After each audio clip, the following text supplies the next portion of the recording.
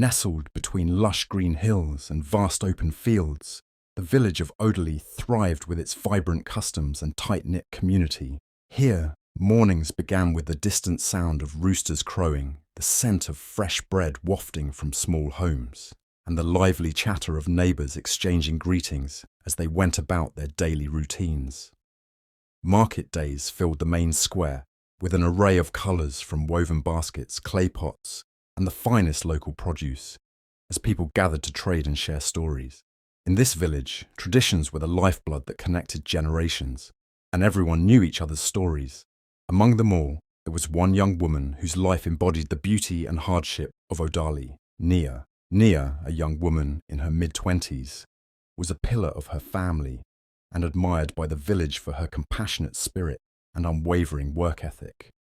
Though she had faced hardship from a young age, losing her father when she was barely a teenager, she became the backbone of her family, supporting her mother and younger brother through every trial. Nia's days were filled with labour at the fields, and her evenings spent crafting and sewing by candlelight to earn extra income. But it wasn't only her industrious nature that set her apart. She was known for her kindness, always ready to help neighbours in need and lend a listening ear to those seeking comfort. Her best friend, Layla, was a frequent presence in her life.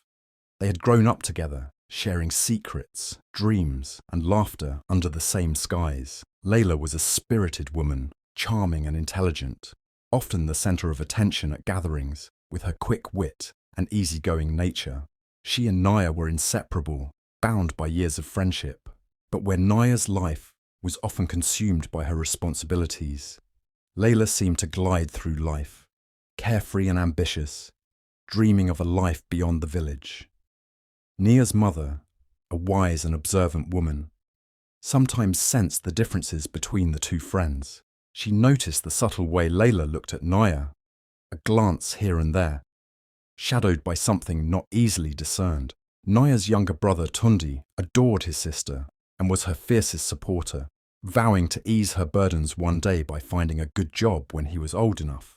While Nia's life was a testament to resilience and loyalty to family, Layla's presence brought laughter and the allure of new possibilities. Yet there was an unspoken tension, a kind of rivalry that lingered beneath the surface of their friendship. Little did Nia know that Layla's heart held a growing jealousy, one that would eventually become a storm threatening to shatter her life and tear apart everything she held dear. The people of Oderley celebrated life's simplest pleasures, and for young women like Nia, the most anticipated event of the year was the village harvest festival. It was a time when families came together, old feuds were mended, and the community bonded over the bounties of the land. During this festival, Nia's life would change in a way she could never have anticipated. As the festivities filled the air with laughter, music, and the aroma of traditional food, Nia caught the eye of Kofi, a young man from a respected family in a nearby village. Kofi was tall and strong, known for his honesty and kindness. Over the evening, he struck up a conversation with Nia, enchanted by her humility and inner strength. Their connection was undeniable, and as they danced under the stars, the spark between them grew. It wasn't long before Kofi approached Nia's family, expressing his wish to court her with intentions of marriage. But not everyone was pleased by this development. In the shadow of Nia's newfound happiness, Layla's envy began to fester. Nia's best friend had always dreamed of finding a way to escape the village's humble life, perhaps by marrying someone who could take her away to the bustling cities beyond the hills. When she saw Kofi's attention turn to Nia, jealousy gripped her heart. To Layla, it seemed unfair that the girl who toiled in fields and lived modestly was now the object of Kofi's affection. Nia, on the other hand, was both thrilled and apprehensive about Kofi's proposal. She felt an overwhelming sense of joy at the prospect of building a future with someone as compassionate and reliable as Kofi. But she also worried about what leaving her family might mean. Who would look after her mother? Who would guide her younger brother, Tunde? The thought of abandoning them for love filled her with guilt, and though she felt deeply for Kofi, she hesitated. One evening, after a particularly hard day, Nia sought solace at the edge of the village where an old storyteller, Auntie Mara, often sat by a small fire, sharing tales with anyone who would listen. Auntie Mara was a beloved elder with a sharp mind and a wise heart, respected by all in the village. She had seen Nia grow up and knew of her good nature, and upon seeing the sadness in her eyes, she motioned for Nia to sit by her side. "Nia, child," Auntie Mara began, her voice calm yet full of warmth. "Trials do not come without purpose. Sometimes, when you stand in the light, the shadows grow darker around you. But light and truth, they cannot be hidden forever." Her words offered Nia a small measure of comfort, a reminder that perhaps she was not entirely alone in her struggle. In the days that followed, Nia leaned on Auntie Mara's words to find strength. She began visiting the market again, even though the stares and whispers still followed her. She refused to show her pain, meeting each judgmental glance with quiet dignity. Yet, no matter how hard she tried, the challenges continued to mount. Kofi too faced immense pressure from his family, and though he tried to shield Nia from their concerns, his visits became less frequent. Each time they met, there was a sadness in his eyes, a burden he could not share. The final blow came one evening when Layla, under the guise of concern, approached Nia's family and confessed that she had heard the rumours from a reliable source who had witnessed Nia meeting with a wealthy merchant who had promised her a better life if she abandoned her family and village.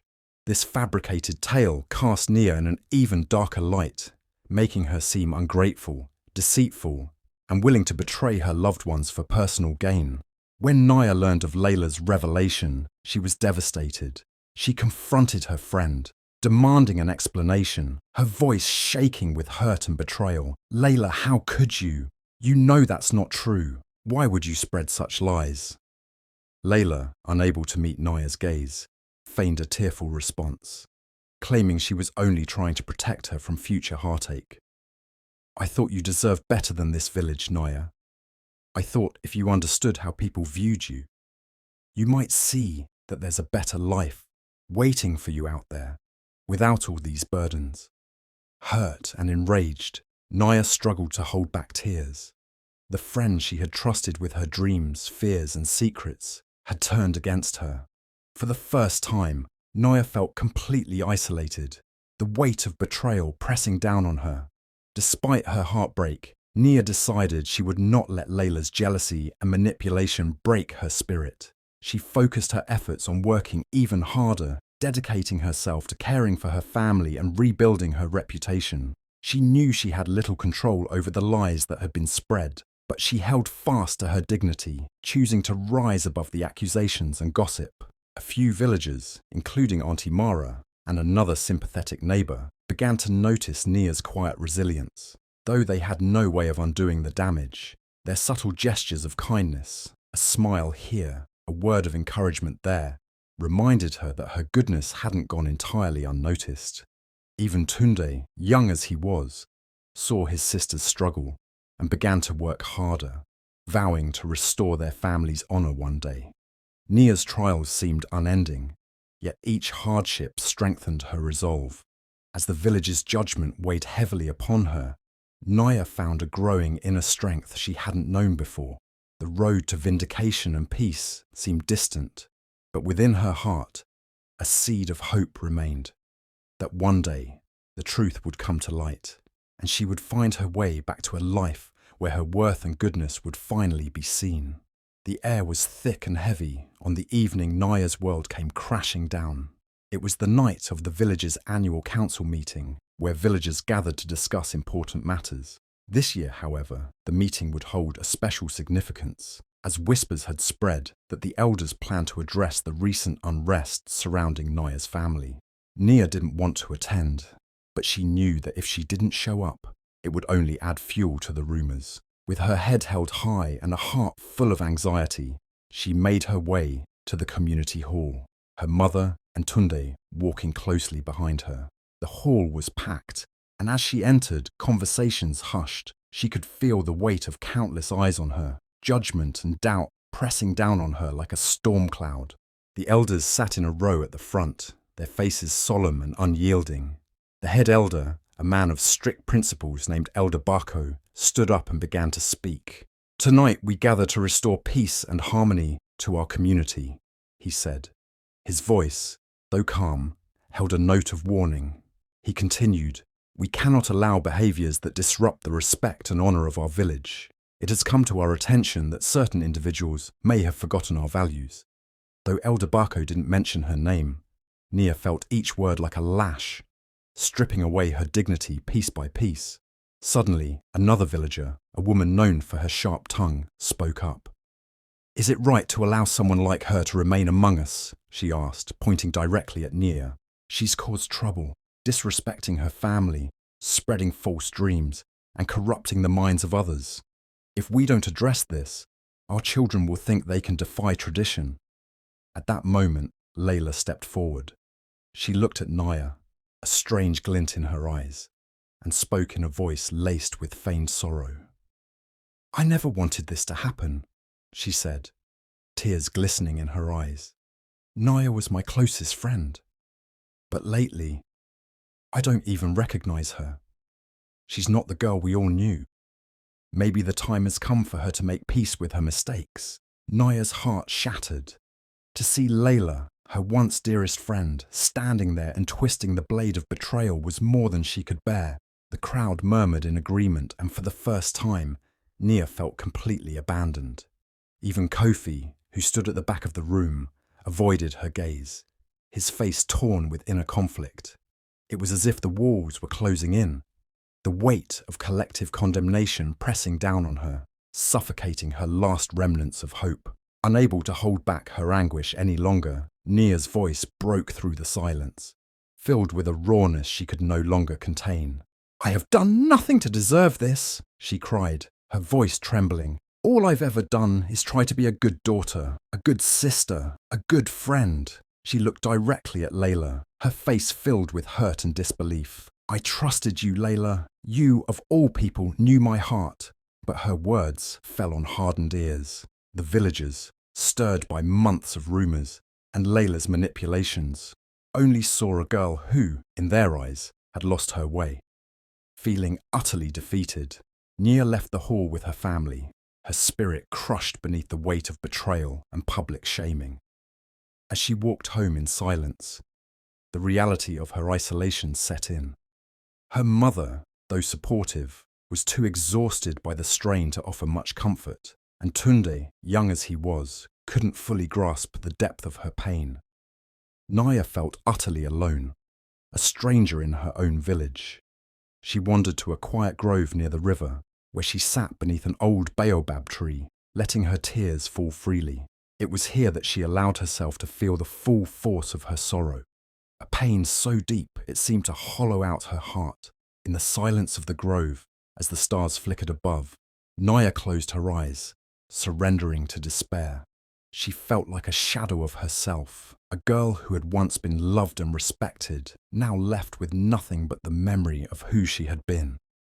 Yet, as she sat there, lost in sorrow, a faint sound caught her ear, the soft rustle of footsteps approaching. She looked up to see Auntie Mara, the wise elder who had always shown her kindness, standing nearby. Auntie Mara settled beside Nia, wrapping a comforting shawl around her shoulders. She didn't speak at first, allowing Nia to cry in silence. When the tears finally subsided, Auntie Mara took Nia's hand, her voice gentle but steady. "Child, life can be merciless and people can be cruel, but do not let their words take away your light. The truth has a way of surfacing, even in the darkest of times. Remember, you are not alone." The warmth of Auntie Mara's presence brought a flicker of hope back into Nia's heart. She felt the faint stirrings of strength, a reminder that maybe, just maybe, her story wasn't over yet, though the path ahead remained uncertain, and the villagers' condemnation still weighed heavily upon her. Auntie Mara's words planted a small seed of resilience within her. For the first time since her ordeal began, Nia allowed herself to believe that she could endure, that perhaps, even in her darkest hour, she still held the power to rise above. The days following that devastating council meeting were filled with quiet strength for Nia. Auntie Mara's words echoed in her mind, rekindling her determination. She realized that she could no longer passively endure the injustice that had been forced upon her. If she was to reclaim her dignity and her family's honor, she would have to take a bold stand, even if it meant confronting those who had turned against her. The opportunity came sooner than she expected. The annual spring market, where villagers from nearby towns gathered to trade and share news, was set to take place in Odali. This event attracted not only merchants but also village leaders from neighbouring communities. It would be a perfect moment for Nia to reclaim her truth publicly, in front of those who had doubted her. Though terrified, Nia resolved to speak to the crowd, to make her innocence known and defend her family's honour.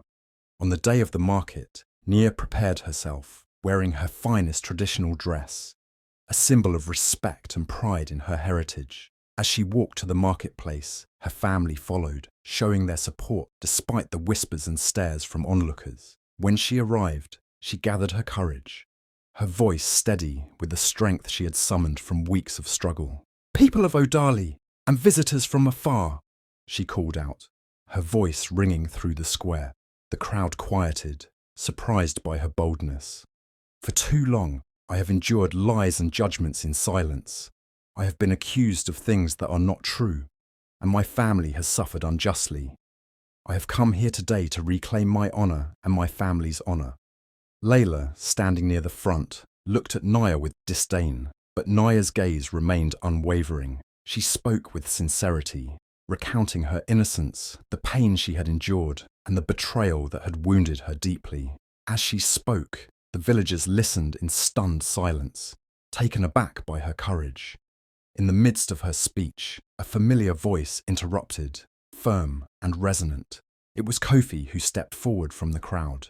He looked at Nia with pride and warmth, a clear message in his gaze.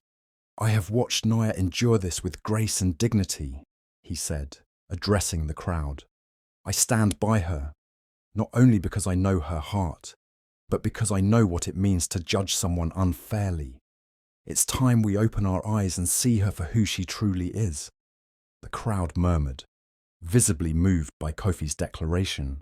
But the true revelation came moments later, as a distinguished man, dressed in the attire of a village chief, approached Kofi.